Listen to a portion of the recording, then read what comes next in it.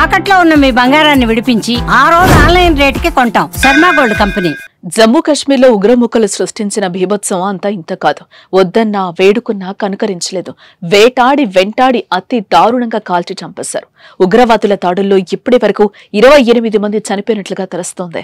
అందులో మన తెలుగువారు కూడా ఇద్దరున్నారు. అందులో ఒకరు నెల్లూరు జిల్లా కావలికి చెందిన మధుసూదన్ రావు.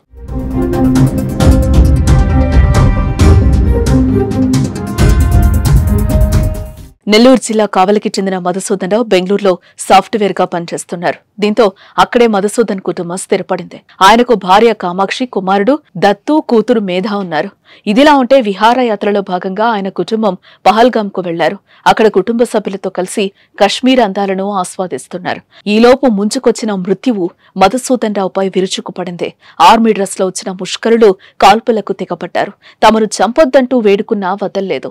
ఈ క్రమంలో మధుసూదన్ రావుకు 42 బుల్లెట్లు తగలడంతో ఆయన అక్కడికక్కడే కుప్పకొలిపోయారు. మరోపక్క భార్య కళ్ల ముందే భర్తను చంపేస్తుంటే ఆ చిన్నారి గుండెలు ఎంతలా తల్లడిల్లిపోయాయో అంటూ పలువురు కన్నీరు పెట్టుకుంటున్నారు. ఇక మధుసూదన్ మృతదేహాన్ని వాళ్ళ సాయంత్రానికి చెన్నై తరలించి అక్కడి నుంచి అర్ధరాత్రికి కావలికి చేరుకోనున్నట్లుగా తెలుస్తోంది. దేశ భద్రతలో ఎన్నో రకాల సూచనలు చేస్తున్నప్పటికీ కూడా ఉగ్రవాదులు పెట్టలేకపోవటం చాలా బాధాకరమైనటువంటి విషయం. ఈ సందర్భంగా భారతదేశానికి సంబంధించినటువంటి 27 మందిని కోల్పోయిన సందర్భంలో దీన్ని మనం ఖండించాల్సినటువంటి సమయం. ముఖ్యంగా మన కావలి పట్టణానికి సంబంధించినటువంటి మధుసూదన్ ఉద్యోగంలో చురుకుగా ఉంటూ భార్యా బిడ్డలతో ఉండేటువంటి సుఖసీమను సాగించే టైంలో ఇటువంటి విచారకరమైనటువంటి సంఘటన జరిగినందుకు చింతిస్తూ ఆ కుటుంబానికి ప్రగాఢమైనటువంటి సానుభూతిని, ఆ మనోధైర్యాన్ని ఆ కుటుంబానికి ఇవ్వాలని ఆ దేవుణ్ణి కోరుకుంటూ రేపటి రోజున వారు చేసేటువంటి అంతిమ క్రియల్లో నేను కూడా పాల్గొనడానికి రేపటి ఉదయాన్నే హైదరాబాద్ నుంచి కావలికి కూడా బయలుదేరిపోతున్నాను.